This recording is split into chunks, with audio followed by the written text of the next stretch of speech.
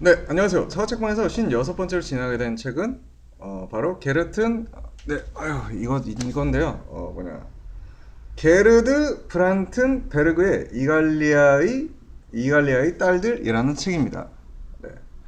며칠 전에 조현병이라고 쓰고 정신분열증이라고 이해할 수 있는 병으로 한 네다섯 회 차례에서 입원을 했던 남성이 강남역에서 생면부지의 20대 여성을 대상으로 살인을 범했어요.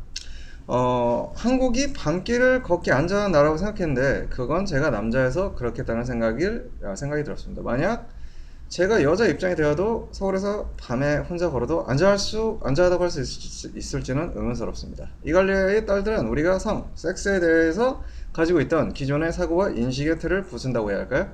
책을 끝까지 쭉 읽어오는 과정에서 솔직히 불편하기도 했고 신선하기도 했습니다.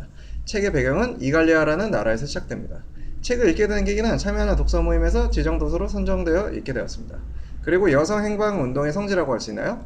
메갈리아라고 들어보셨는지 모르겠는데요. 메갈리아라는 커뮤니티가 책 이갈리아의 딸들에서 어원이 왔었던 것 같기도 해서 한번 읽어봐야지 하고 생각을 하고 있었는데 이렇게 실천에 옮기게 되었습니다.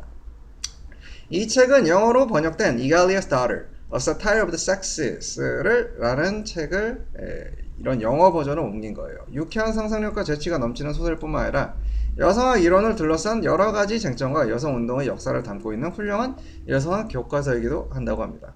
억압의 기원이나 성과 계급의 문제, 동성애를 둘러싼 논의, 가사 노동에 대한 논쟁을 이갈리아에서도 볼 수 있습니다.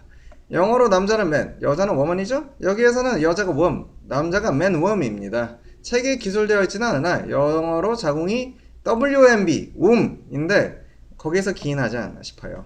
현대사회에서 여자는 통상적으로 가슴을 받쳐주고 보호하며 교정해주는 브라지어를 착용하죠. 여기에서는 남자들이 그들의 고축, 페니스를 받치기 위한 옷을 입습니다. 그리고 그 옷은 페호라고 하고요.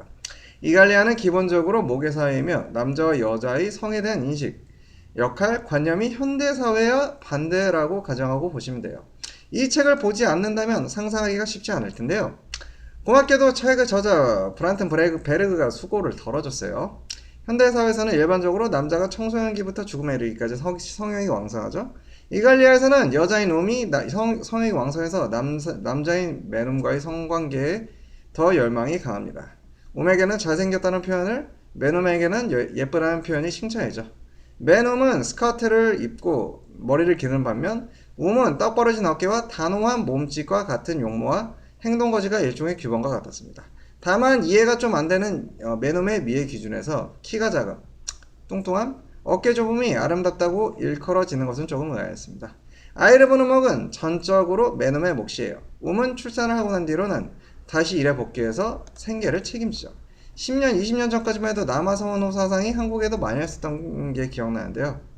그런데 이제는 별로 그런 것 같지는 않습니다. 하지만 이 책이 1975년 약 40년 전에 쓰여져서 그런지 브란튼 베르그 저자는 이갈리아의 역설적인 성격을 유지하기 위해서인지 이갈리아에서 여아 선호 사상이 이제 그 한국에 이제 10년, 20년 이런 남아 선호 사상 이렇게 이제 그러니까 여아 선호 사상이 만연한 것을 그렸어요. 응가 메놈은 섹스를 하기 전에 피임을 합니다. 그리고 보통 메놈이 피임약을 먹고요. 콘돔을 사용하면 성적 만족도가 떨어져서 움들이 사용을 꺼린다고 합니다. 이갈리아에서는 메놈이 움으로부터 부성보호를 받는 것을 중요하게 여기는 것 같은데요. 이갈리아의 용어집에서 움이 아이의 아버지라고 지목한 메놈이 갖게 되는 혜택과 의무를 부성보호라고 합니다. 어떤 메놈이 움에게 부성보호를 받는다면 그 메놈은 움이 낳은 아이의 아버지로서 그 아이를 길러야 할 의무를 가지며 그 움의 남편으로서 생계를 보장받을 수 있게 된다고 합니다. 브란튼 베르그는 비인간적인과 같은 형사를 영어로 inhuman 대신 inhuman이라고 한 대신 inhum이라고 영어판에 번역되어 있었다고 해요. 이뿐만 아니라 왕국 킹덤은 퀸덤으로 무의식 중에 사용하는 남성 본위의 단어를 여성 본위의 단어로 수정한 것이에요. 주인공 패트리뉴스가 다닌 학교의 역사 과목 교사 올머스는 노총각입니다. 어느 학생이 왜 올머스가 부성보호를 받은 적이 없느냐는 질문을 짓궂게 던지는 장면이 인상적이었습니다. 올머스가 다음과 같이 대답하거든요.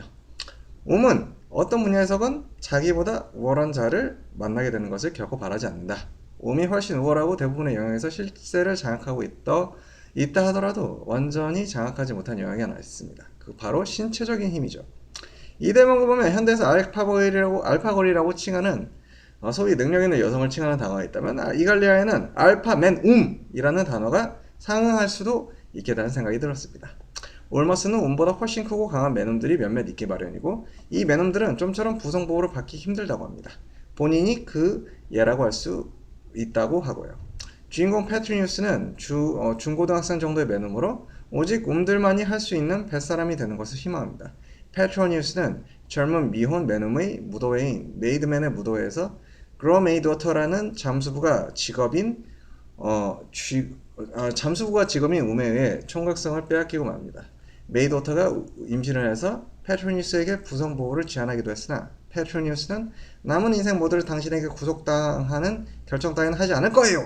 라고 선언합니다. 자, 시간 관계상 이제 내용 서술 한 요 정도까지 하고 만약 제가 남자가 아니라 여자로 한국에 태어났으면 어떨까 하는 생각을 해봤는데요. 한국에서 여자는 외모나 몸매 같은 매력 자본이 높지 않으면 다른 유형의 자본으로 커버해야 하잖아요.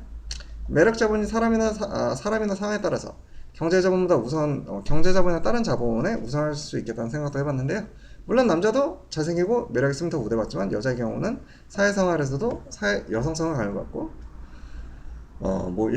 여성성을 이제 강요받는 것도 그렇고 일과 가정이 양립이 어려운 점 뭐 등등등 참 여자로서 이게 살아간다는 게 녹록지 않겠다는 생각이 들었습니다. 뭐 4년제 대학교를 졸업한 대졸자들만 하더라도 여자의 경우가 취업이 더 어렵다고 하잖아요. 꿈의 이 나라를 벗어나든가 하는 비용보다는 어떻게 하면 이 나라를 좀 더 살기 좋게 만들 수 있을까 하는 개선적인 방향을 마련해서 이해한 게 더 바람직하다 하지 않을까 하는 생각을 해봤습니다. 자, 제가 지금이 일요일인데 오늘 새벽에 출장 갔다 와서 제가 이 책 모임 인지 한 시간 있다 있거든요. 그래서 여기까지만 하도록 하겠습니다. 시청해주시고 청취해주신 여러분 대단히 감사합니다. 다음 시간에 또 뵙겠습니다.